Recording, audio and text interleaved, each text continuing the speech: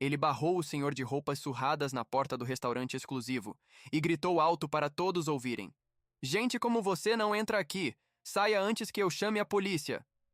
Empurrou o velho para fora enquanto os clientes de dentro aplaudiam e riam. "Alguém precisava colocar esse tipo de gente no lugar", comentou uma mulher levantando sua taça de vinho.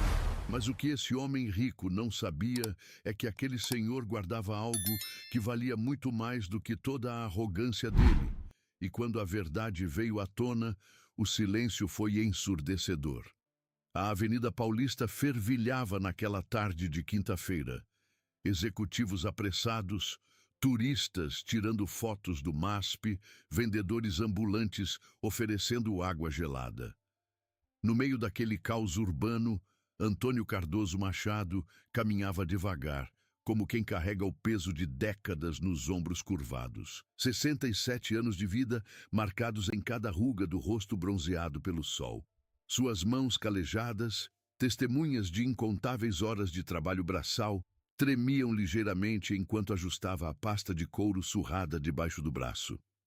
A calça de brim desgastada tinha manchas que nenhuma lavagem conseguira remover completamente. A camisa xadrez, ainda que limpa e passada com cuidado, exibia remendos visíveis nos cotovelos, costurados à mão, provavelmente pelo próprio Antônio, com uma habilidade que só a necessidade ensina. Os sapatos, embora engraxados, tinham as solas gastas e rachaduras no couro que denunciavam anos de uso. Mas, seus olhos castanhos mantinham algo que a pobreza não conseguira roubar. Uma dignidade silenciosa, uma bondade que irradiava mesmo através do cansaço. Antônio parou em frente ao Le Premier. O restaurante se erguia como um templo da ostentação, fachada de vidro fumê refletindo o céu cinzento de São Paulo, portas de mogno com maçanetas douradas, um toldo listrado em tons de bordô e dourado. Através das janelas amplas, via-se a decoração de interior, lustres de cristal que provavelmente custavam mais do que muitos ganham em um ano. Mesas revestidas com toalhas de linho importado, cadeiras estofadas. O ar-condicionado mantinha a temperatura perfeita dentro, enquanto lá fora o calor úmido de novembro grudava na pele. O senhor tocou o batente da porta de vidro, hesitante. Seus dedos deixaram uma leve marca na superfície impecável. Respirou fundo, como se estivesse reunindo toda a coragem que lhe restava. Foi quando Marcelo Figueiredo Machado apareceu. 38 anos, corpo atlético moldado por personal trainer 3 vezes por semana, cabelo cortado em salão de grife, perfume importado que custava mais de R$ 1.000 o frasco. O terno italiano de R$ 3.000 caía perfeitamente sobre seus ombros.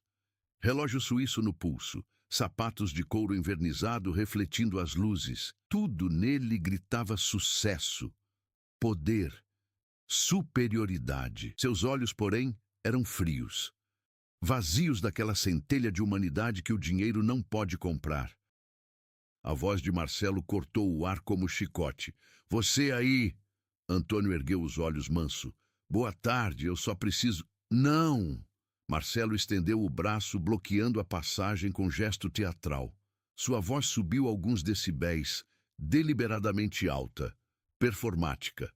"Gente como você não entra aqui. Saia antes que eu chame a polícia." O salão principal do restaurante tinha cerca de 15 mesas ocupadas. Executivos em reuniões de negócio, influenciadores digitais fotografando pratos artísticos, casais de meia-idade comemorando aniversários. Todos pararam de comer. Todos viraram a cabeça. O silêncio inicial durou apenas 3 segundos antes que os sussurros começassem. "Meu Deus, que absurdo!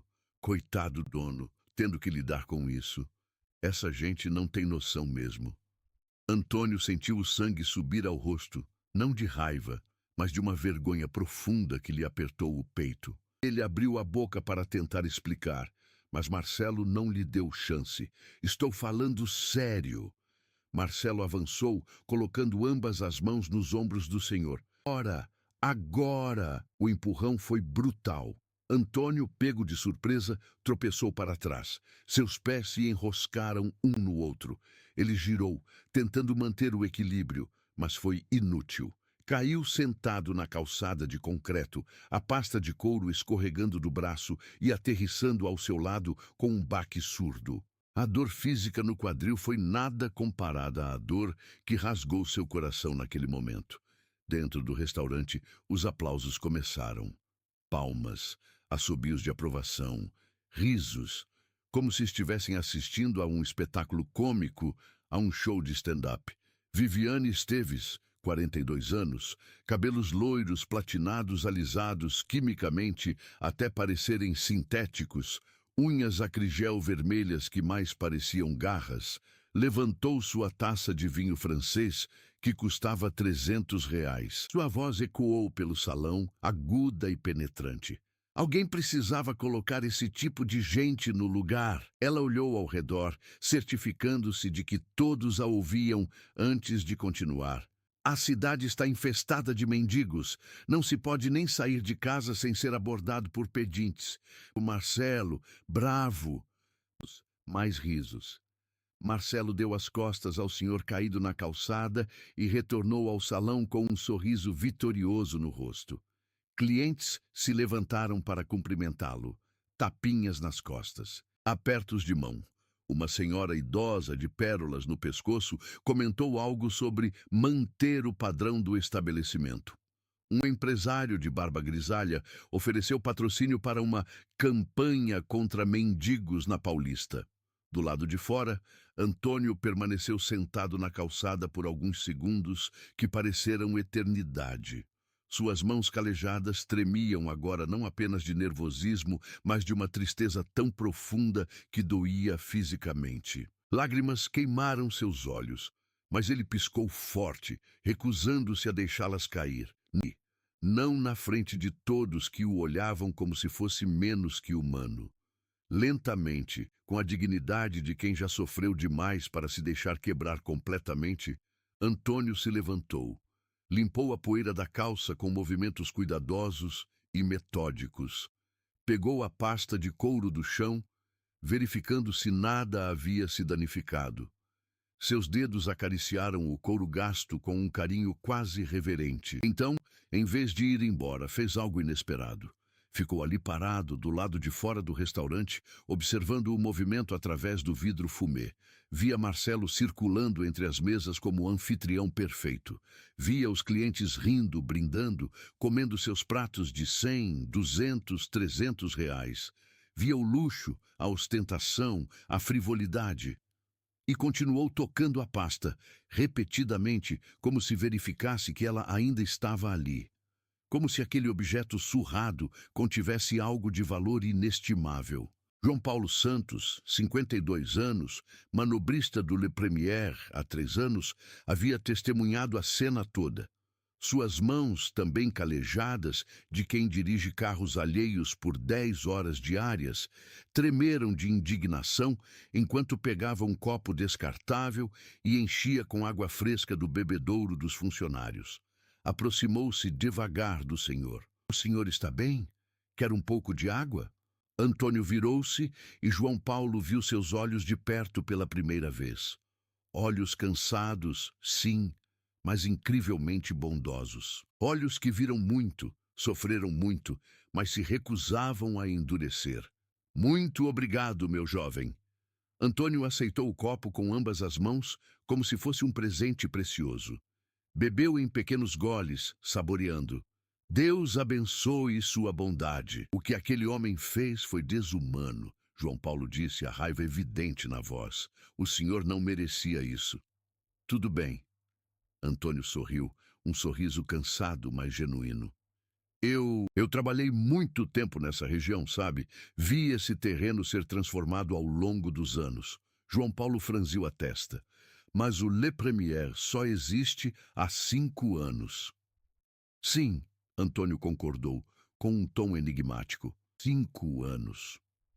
Olhou novamente para o restaurante, para as luzes brilhantes, para o movimento frenético lá dentro.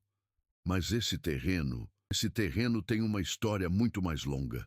Antes que João Paulo pudesse perguntar mais, o celular de Antônio tocou. Um aparelho velho, com tela rachada, que levou alguns segundos para atender. Alô? Sim, Dr. Roberto. Eu estou aqui. Não consegui. Tudo bem, amanhã eu tento de novo. Sim, eu sei que é importante. Obrigado. Desligou e guardou o celular no bolso da calça. João Paulo queria perguntar sobre aquele Dr. Roberto, sobre o que era tão importante, mas algo na expressão do senhor o fez calar. Havia segredos ali, histórias não contadas, dor acumulada durante anos. Dentro do restaurante, Marcelo estava ao telefone. Sim, doutora Patrícia, o terreno vale quanto agora? 35 milhões? Excelente. Ele gesticulava animadamente enquanto falava, caminhando entre as mesas vazias. Quando os investidores coreanos confirmarem, a gente assina. Sim, vou quadruplicar o tamanho, fazer expansão completa. Não importa o que tinha aqui antes. Enquanto Marcelo celebrava seus planos de expansão, sem fazer ideia de quem era o homem que acabara de humilhar na porta de seu estabelecimento, Antônio começou a caminhar pela Avenida Paulista. Andou 3 quarteirões até um prédio comercial modesto. Subiu 6 lances de escadas, o elevador estava quebrado há semanas, e chegou a uma porta com placa desgastada. Dr. Roberto Almeida Souza, Advocacia. O escritório era pequeno. 2 mesas, arquivos empilhados, computador antigo que demorava para ligar, mas estava impecavelmente limpo e organizado. Dr. Roberto tinha 58 anos, cabelos grisalhos, óculos de grau grosso, usava terno surrado, mas bem cuidado.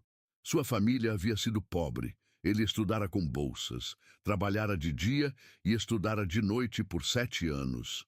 Conhecia bem o significado de luta. Quando Antônio entrou, Dr. Roberto levantou imediatamente. Seu Antônio, conseguiu? Antônio balançou a cabeça lentamente, pesarosamente. Não, doutor, ele nem me deixou falar. Me conte o que aconteceu. Então Antônio contou. Cada detalhe.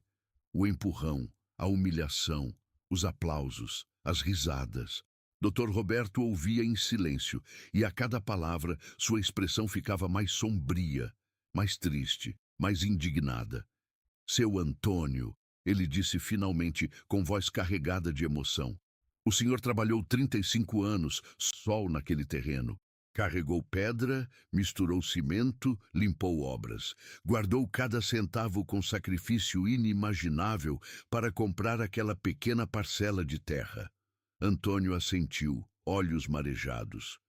E quando o senhor finalmente pagou a última prestação, descobriu que seu filho tinha falsificado sua assinatura, transferido o terreno para o nome dele e construído um restaurante de luxo sem lhe dar um centavo sequer. Ele não sabia, Antônio murmurou. Ele não sabe que eu sou o pai dele, porque a ex-esposa do senhor mentiu para ele. Disse que o pai tinha morrido. O senhor tem todo o direito de processar, de recuperar o que é seu, de...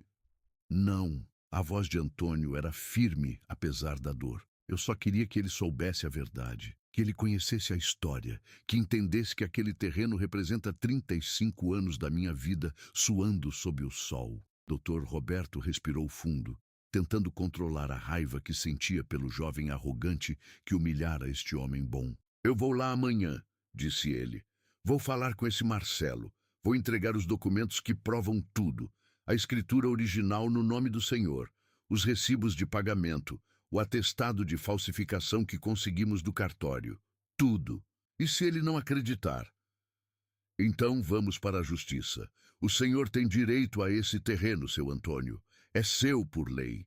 E moralmente é ainda mais seu, porque foi conquistado com honestidade e trabalho duro. Antônio olhou pela janela para a Avenida Paulista lá embaixo, cheia de vida, cheia de pressa, cheia de gente que não sabia que histórias existiam por trás de cada rosto anônimo na multidão.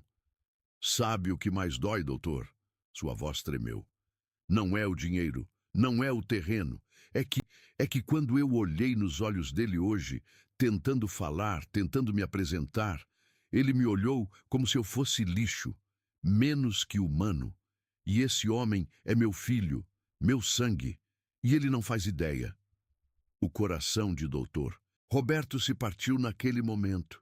Ele conhecia Antônio há 2 anos, desde que o senhor descobrira sobre a fraude, e em todo esse tempo nunca viu ódio nos olhos do velho, apenas tristeza, apenas desejo de conexão, de reconciliação impossível. Amanhã eu vou lá, Dr. Roberto repetiu, desta vez como promessa. E vou fazer esse jovem entender o que ele fez, não apenas com o terreno, mas com o coração do próprio pai. Naquela noite, Marcelo Figueiredo Machado jantou sozinho em seu apartamento de cobertura na Oscar Freire. Apartamento de 300 metros quadrados, decoração minimalista custando fortuna, vista panorâmica de São Paulo. Sozinho, sempre sozinho. Ele não tinha família, não tinha amigos de verdade, apenas contatos de negócios. Não tinha relacionamentos profundos, apenas casos passageiros com mulheres atraídas por seu dinheiro. Sua mãe morrera de câncer 3 anos atrás. Antes de morrer, havia tentado lhe contar algo sobre o pai dele, mas Marcelo não quis ouvir. Minha mãe me disse que ele morreu quando eu era bebê. Ele a interrompera. E isso é tudo o que preciso saber. Mas ela havia deixado uma carta. Carta que ele jamais abriu. Estava ali, em uma gaveta de sua escrivaninha, envelope amarelado pelo tempo. Por algum motivo que não conseguia explicar naquela noite, Marcelo abriu a gaveta, olhou para o envelope, quase o abriu. Quase, mas jogou de volta na gaveta e a fechou bruscamente. Passado é passado, murmurou para si mesmo, repetindo o que dissera ao telefone mais cedo. Não fazia ideia de quão errado estava. Na manhã seguinte, sexta-feira, Dr. Roberto chegou ao Le Premier às 10 da manhã. Vestia seu melhor terno, ainda surrado, mas respeitável. Carregava pasta de couro um pouco melhor que a de Antônio, cheia de documentos. João Paulo, o manobrista, reconheceu-o imediatamente. Doutor, o senhor veio por causa do que aconteceu ontem? Você viu? Vi tudo. João Paulo cerrou os punhos. Foi a coisa mais cruel que já presenciei. Então sabe por que estou aqui? Dr. Roberto respirou fundo. Preciso falar com Marcelo Figueiredo Machado. Ele está lá dentro fazendo inventário. Pode me anunciar? João Paulo hesitou. Doutor, se me permite, esse homem é arrogante, insensível, capaz de expulsar o senhor da mesma forma que expulsou aquele pobre velho ontem. Eu conto com isso, Dr. Roberto disse com um sorriso sem humor, porque quando ele descobrir quem era aquele pobre velho, a reação dele vai me dizer tudo o que preciso saber sobre seu caráter. João Paulo anunciou o advogado pelo interfone. Houve pausa longa antes que a voz impaciente de Marcelo respondesse. Que advogado? Eu não tenho reunião marcada. Ele disse que é urgente. Sobre o terreno. Outra pausa. Depois. Tá bom. Manda subir. Dr. Roberto entrou no Le Premier pela primeira vez. O lugar era realmente impressionante. Cada detalhe gritava luxo e sofisticação, mas havia algo frio ali, sem alma, como um cenário de filme, bonito, mas vazio. Marcelo o esperava de braços cruzados, postura defensiva. O que você quer? Meu nome é Dr. Roberto Almeida Souza. Ele estendeu a mão. Marcelo a ignorou. O que quer? Dr. Roberto deixou a mão cair. Já esperava essa grosseria. Vim falar sobre o terreno onde este restaurante está construído. O terreno é meu, comprado e pago. Se veio tentar algum golpe. Não é seu. A voz de Dr. Roberto cortou firme. E tenho provas disso. Marcelo riu, um riso sarcástico condescendente. Provas? De quê? Está maluco? Dr. Roberto abriu a pasta e começou a tirar documentos. Em 1988, um homem chamado Antônio Cardoso Machado comprou este terreno. Trabalhava na construção civil. Passava 14 horas por dia carregando material, misturando cimento, fazendo o trabalho mais pesado que existe. Não me interessa a história de algum. Deixe-me terminar. Pela primeira vez, Dr. Roberto elevou a voz. Esse homem trabalhou 35 anos para pagar este terreno. 35 anos. Cada centavo foi suado, literalmente. Ele colocou o primeiro documento sobre a mesa de vidro entre eles. Esta é a escritura original. Veja a data. Dezembro de 2003. Veja o nome. Antônio Cardoso Machado. Marcelo pegou o documento. Olhou por cima. Isso não prova nada. Eu comprei este terreno de uma empresa de fachada. Dr. Roberto colocou mais documentos. Empresa que foi criada especificamente para transferir este terreno ilegalmente. E sabe quem assinou a transferência? Você. Eu comprei legalmente, com uma procuração falsa. Aqui, outro documento. O cartório confirmou a assinatura de Antônio Cardoso Machado nesta procuração é falsificada. Perícia grafotécnica comprova. O rosto de Marcelo empalideceu ligeiramente. E sabe quem forneceu essa procuração falsa? Dr. Roberto pausou, deixando o peso do momento crescer. Sua mãe, Márcia Figueiredo, silêncio absoluto. Mentira, Marcelo finalmente disse, mas a voz saiu menos firme. Minha mãe jamais... Sua mãe mentiu para você sobre muitas coisas, Marcelo. Dr. Roberto colocou mais um documento, incluindo sobre quem era seu pai. Meu pai morreu quando eu era bebê. Seu pai está muito vivo. Dr. Roberto segurou o olhar de Marcelo. E ontem à tarde, você o empurrou e humilhou na frente de todas as pessoas dentro deste restaurante. O mundo parou.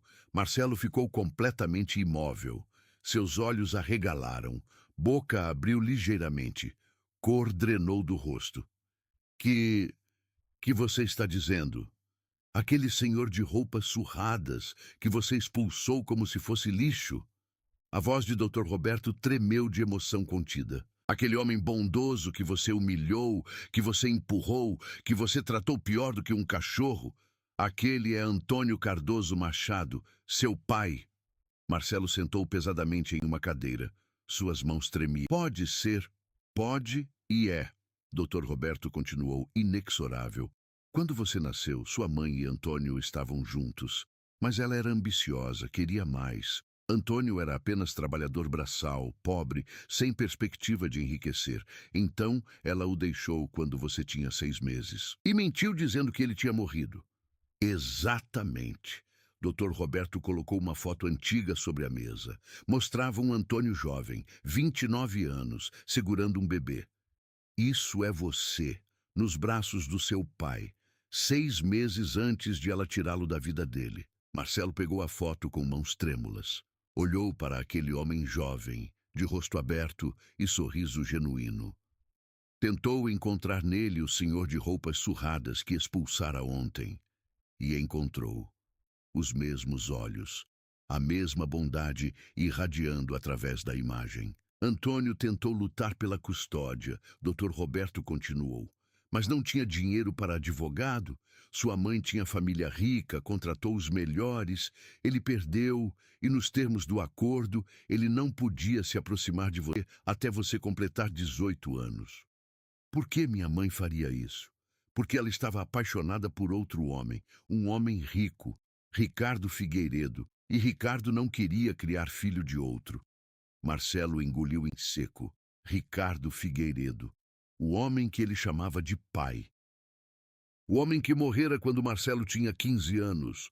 O homem que sempre fora distante, frio, que nunca demonstrara afeto genuíno.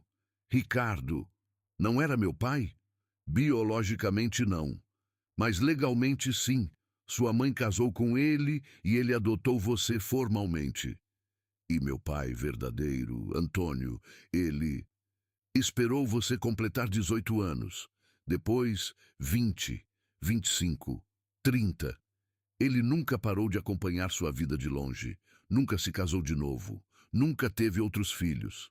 Você era tudo para ele. Lágrimas começaram a escorrer pelo rosto de Marcelo.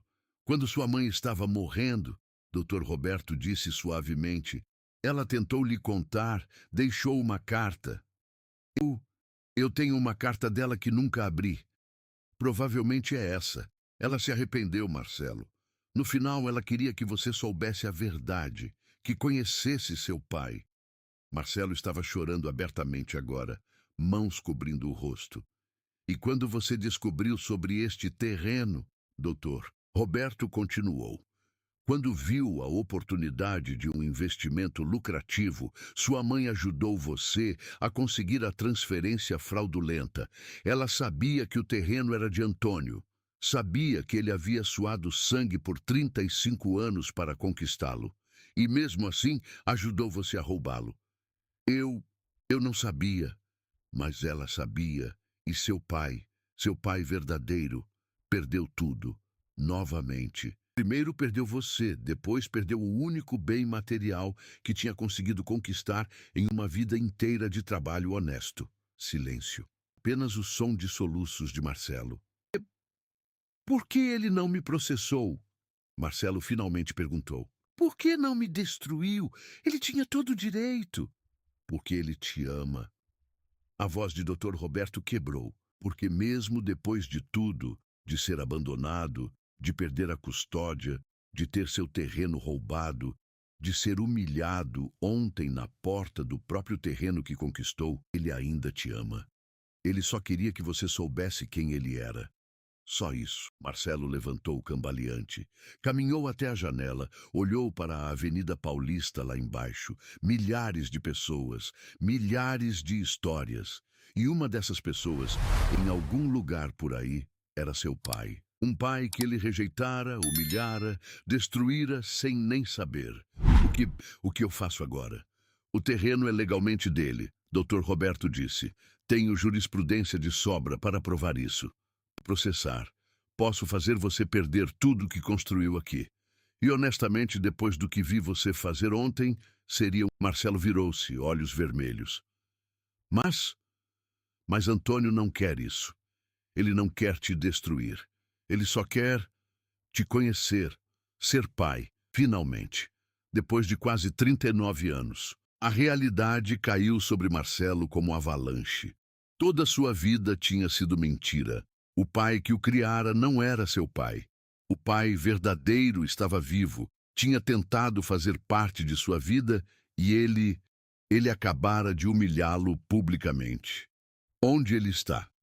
Em casa, numa kitnet no Brás, aluguel atrasado, sem dinheiro para comida, mas recusando minha ajuda, porque não quer ser peso para ninguém. Marcelo sentiu uma dor física no peito. Me dá o endereço. Dr. Roberto hesitou. O que você vai fazer? Consertar isso. Marcelo limpou as lágrimas. Não sei como, mas vou consertar. Marcelo. A voz do advogado era severa. Se você for lá e machucá-lo novamente de qualquer forma, com palavras, ações ou indiferença, eu juro que vou processá-lo até você perder até a cueca que está usando. Entendi. Dr. Roberto escreveu o endereço em um pedaço de papel. Antes de entregá-lo, disse: Ele é um bom homem, Marcelo. O melhor que já conheci. Você jogou na loteria genética e ganhou o prêmio máximo, mas desperdiçou 39 anos sem saber. Não desperdice mais nenhum segundo. Marcelo pegou o papel com mãos que ainda tremiam. Olhou ao redor do restaurante. Seu orgulho, sua realização, seu símbolo de sucesso, construído sobre 35 anos de trabalho de outro homem, construído sobre as costas de seu próprio pai. Doutor, ele disse, voz rouca, obrigado por cuidar quando eu não estava lá. Dr. Roberto apenas assentiu e saiu. Marcelo ficou sozinho em seu restaurante luxuoso. Olhou para os documentos espalhados sobre a mesa, olhou para a foto antiga dele bebê nos braços do pai.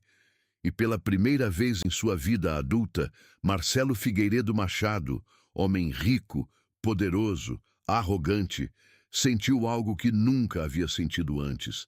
Vergonha genuína, remorso profundo e um desejo desesperado de ser melhor do que era. Marcelo trancou o Le Premier.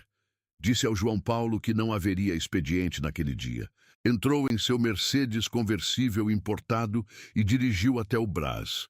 O contraste era brutal, de um dos bairros mais ricos de São Paulo para um dos mais pobres, de avenidas largas e limpas para ruas estreitas e esburacadas, de prédios modernos de vidro para cortiços de 3 andares.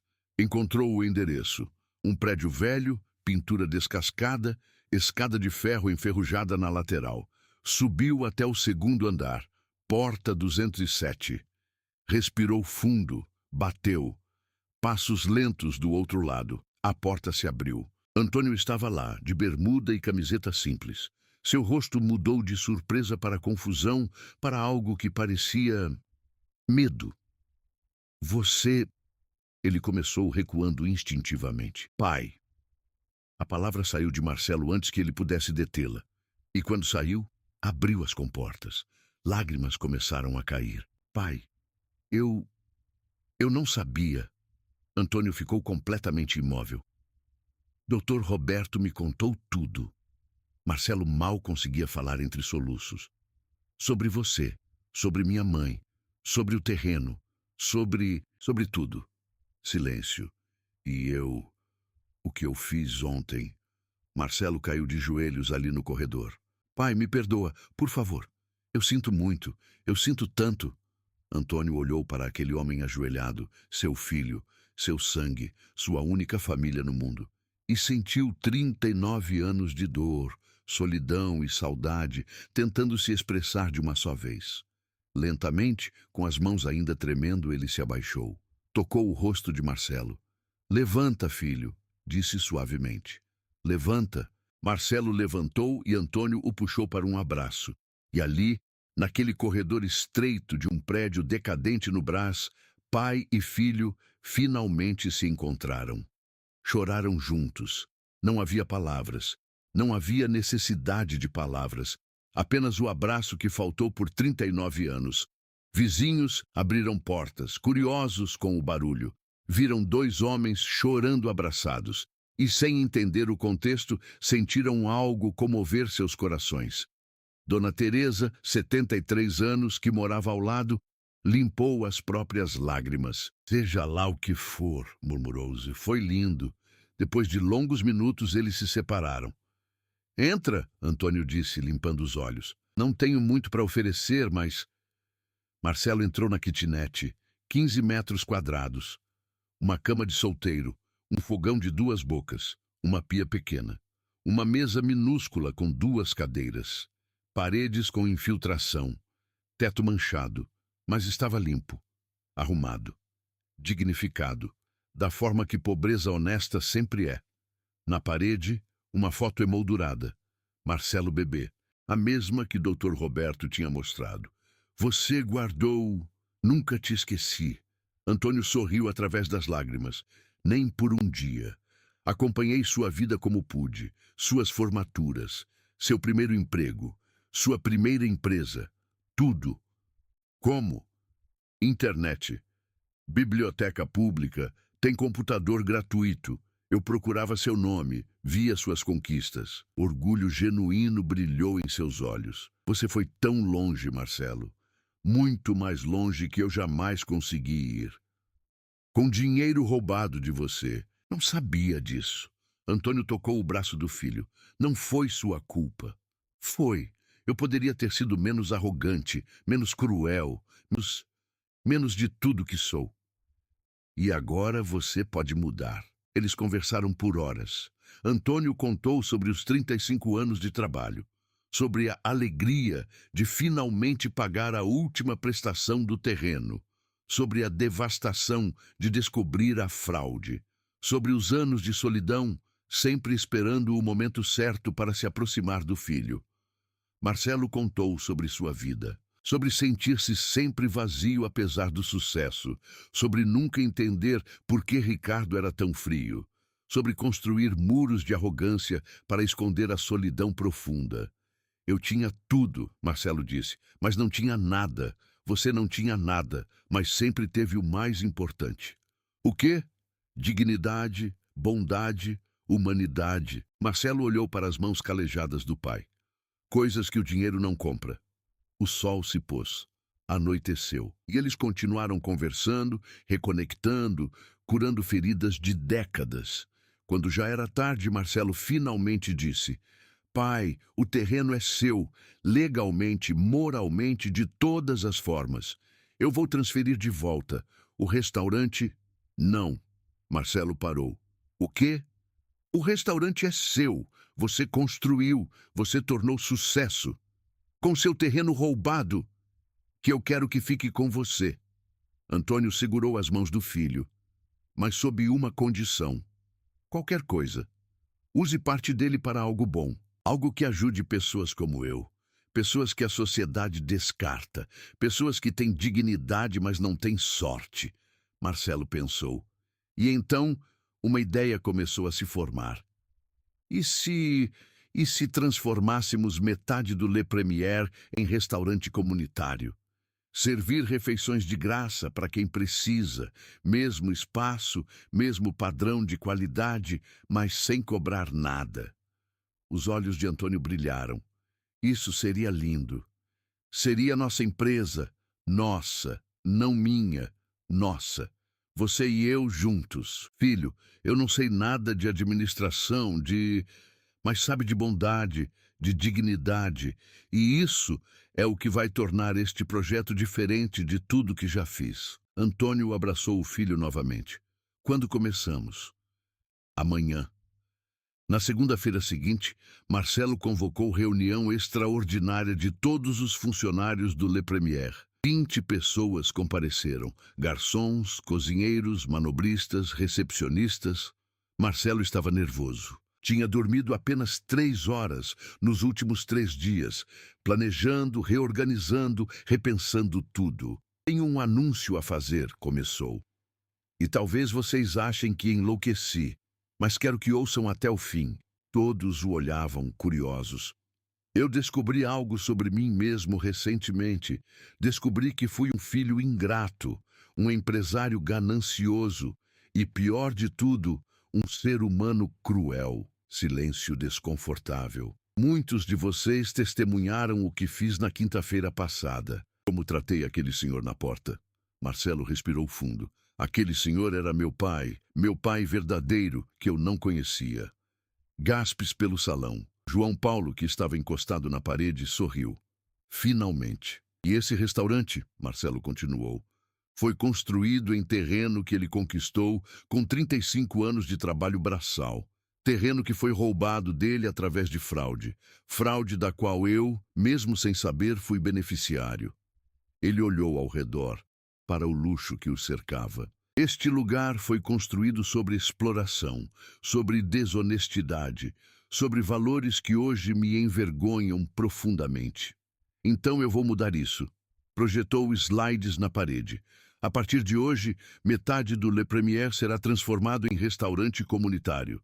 Le Premier Social servirá refeições gratuitas e de qualidade para pessoas em situação de vulnerabilidade. Mesmos ingredientes, mesma apresentação, mesma dignidade. Murmúrios começaram. E aqui está a parte que vocês podem achar maluca. Todos vocês terão seus salários aumentados em 30%. Porque servir aos outros não significa explorar quem trabalha. Significa valorizar cada pessoa envolvida. Agora havia exclamações de surpresa. Além disso, vamos contratar mais 10 pessoas. Pessoas em situação de rua que querem trabalhar. Vamos dar treinamento, uniforme, salário digno. E vamos provar que todo mundo merece segunda chance. Helena, chefe de cozinha, levantou a mão. E se perdermos dinheiro? Vamos perder, Marcelo admitiu. Pelo menos no início. Mas ganhei dinheiro suficiente. Chegou a hora de fazer algo que importe de verdade. Quem quiser sair, entendo completamente. Vou dar cartas de recomendação excelentes e indenização acima do exigido por lei. Mas quem quiser ficar e fazer parte disso, ele olhou para cada um. Vai ajudar a transformar vidas, incluindo a minha. Ninguém saiu. Todos ficaram. Mais que isso. Todos aplaudiram. João Paulo foi o primeiro a se aproximar. Chefe, eu vi o que aconteceu. E hoje, vendo você aqui, assumindo responsabilidade, querendo mudar, isso é coragem de verdade. Helena se aproximou também. Trabalho com comida há 25 anos e sempre quis que minha comida alimentasse quem realmente precisa, não apenas quem pode pagar. Estou dentro. Um por um, todos se comprometeram.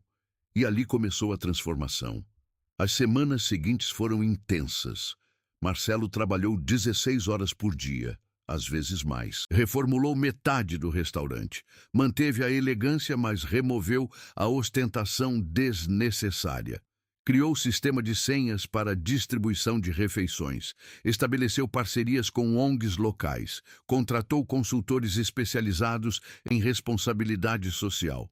E Antônio estava lá, todos os dias, não trabalhando. Marcelo insistiu que ele descansasse, mas aconselhando, conversando com quem vinha comer, ouvindo histórias, oferecendo bondade que só quem viveu na pele sabe oferecer. Os clientes ricos reagiram mal no início. Viviane Esteves, a mulher que havia erguido a taça celebrando a humilhação de Antônio, ligou furiosa. Marcelo, você enlouqueceu? Mendigos comendo no mesmo prédio que nós? Isso é inaceitável. Então não volte mais, Marcelo disse calmamente. Ninguém está te obrigando. Você vai perder todos os seus clientes. Que assim seja. Ele desligou. Mas algo interessante aconteceu. Muitos clientes ricos pararam de frequentar, mas outros, os que tinham alma, os que entendiam humanidade, começaram a ir especificamente porque gostaram da mudança. Empresários conscientes, artistas engajados, professores universitários, médicos solidários e, mais importante, pessoas comuns começaram a aparecer, não no lado gratuito, mas no lado pago, porque agora se sentiam bem-vindas. O Le Premier perdeu o ar de exclusividade tóxica e ganhou algo muito mais valioso: autenticidade. E do lado comunitário, histórias começaram a se desenrolar. Dona Maria, 61 anos, que vivia nas ruas há 3 anos após perder o emprego e a casa. Começou comendo lá, depois se voluntariou para ajudar na cozinha. Helena viu talento nela e a contratou. 6 meses depois, Dona Maria tinha apartamento alugado e estava reconstruindo a vida. Rafael, 28 anos, viciado em recuperação. O restaurante foi o primeiro lugar onde foi tratado com dignidade em anos. Marcelo o contratou como assistente. Teve recaídas. Marcelo não o demitiu. Ofereceu suporte e segundas chances. Rafael hoje está limpo há 8 meses e é gerente do turno da manhã. Família Silva, pai, mãe e 3 filhos pequenos, perdeu tudo em incêndio. Comeram no Le Premier Social por 2 meses enquanto reconstruíam a vida.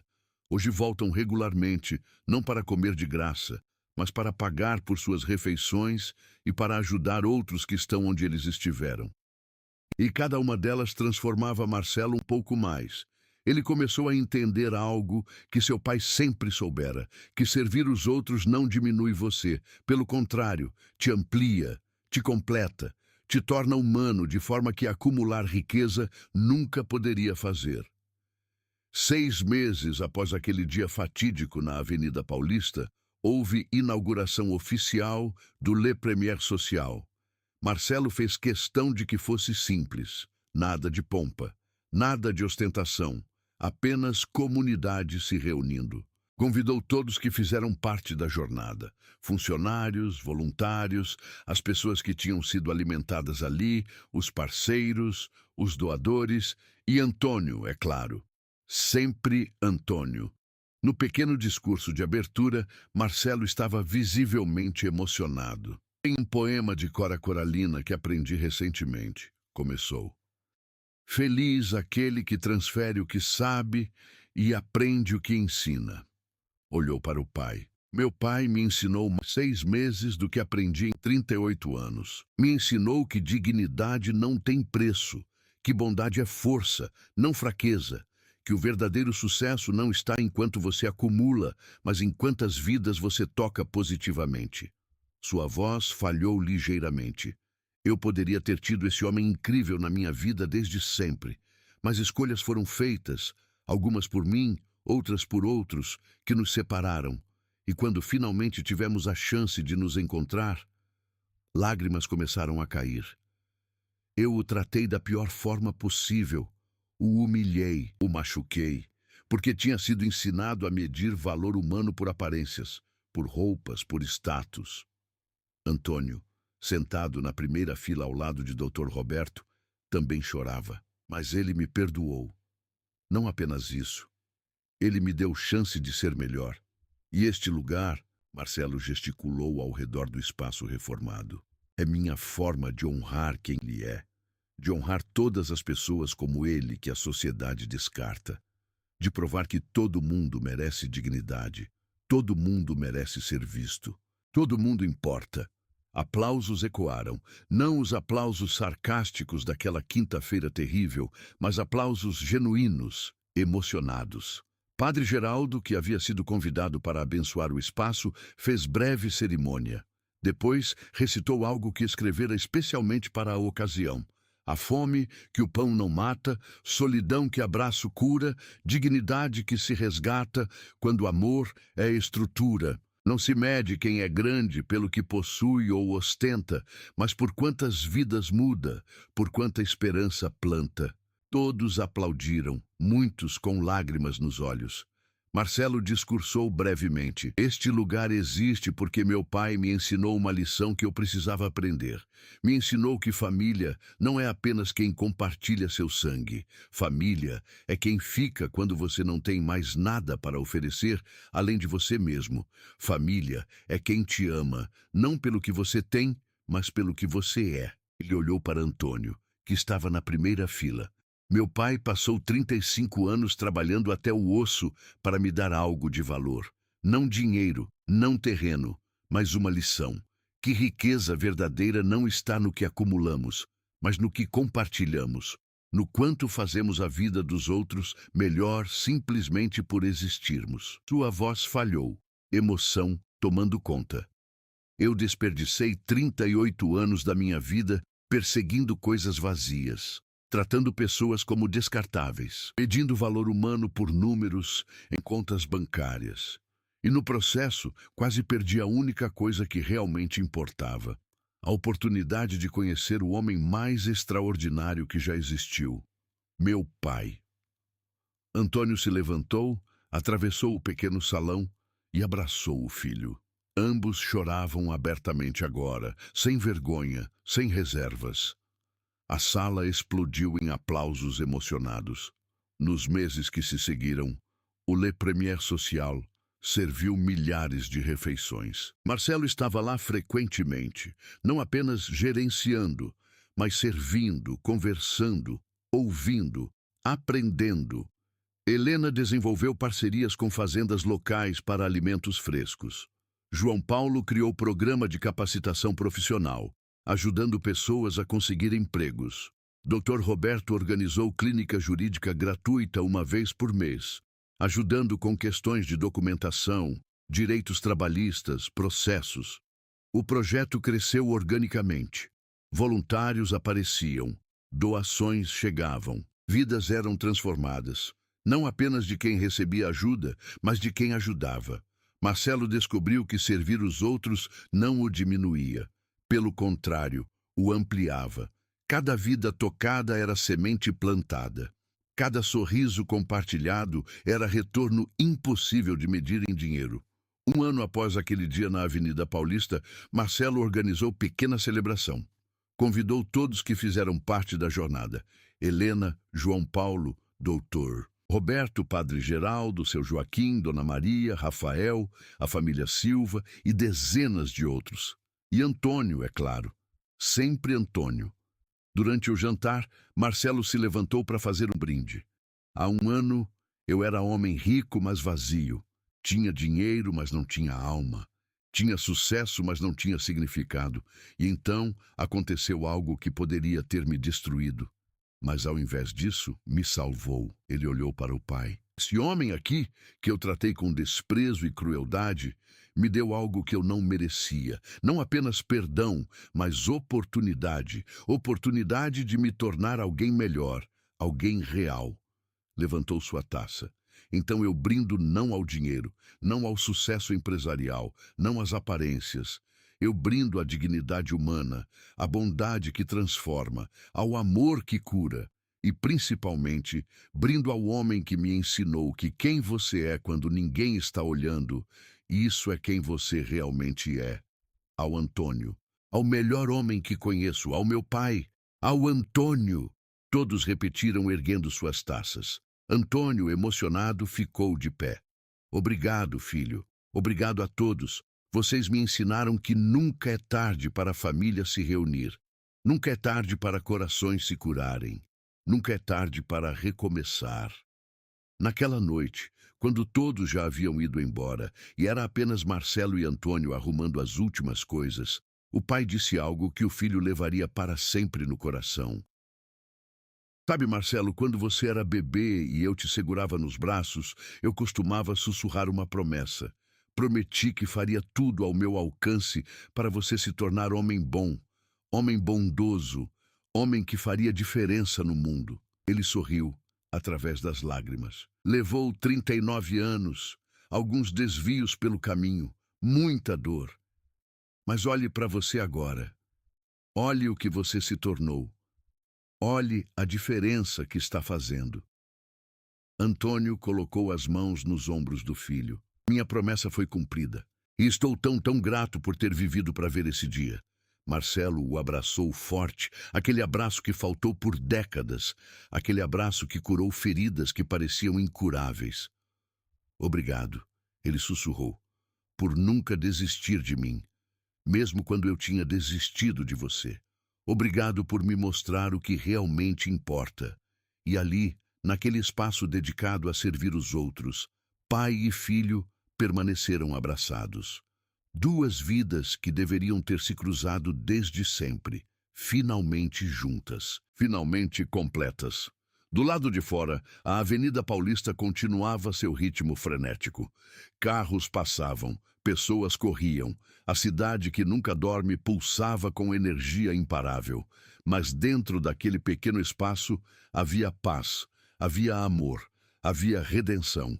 E havia uma lição ecoando pelas paredes, uma verdade que todos ali haviam aprendido através de dor e transformação. Dignidade não se compra com dinheiro. Família não se define por sangue. Riqueza verdadeira não está no que você tem, mas em quem você é e no quanto sua existência torna o mundo melhor.